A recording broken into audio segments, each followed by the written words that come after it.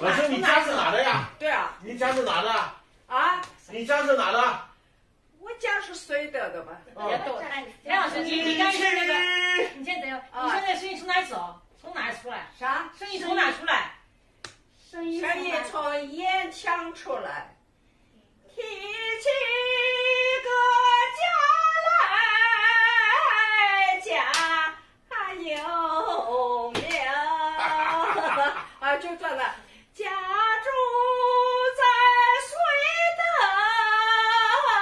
山，十里不从。四妹子儿活了一个三个个，他是我的知乡人。是到那儿唱，这个声音啥时候都有。我觉得老师的声带闭合太好。他90岁了，他声带闭合，他整个这个劲儿搭的特别90岁了啊，对啊，特别稳。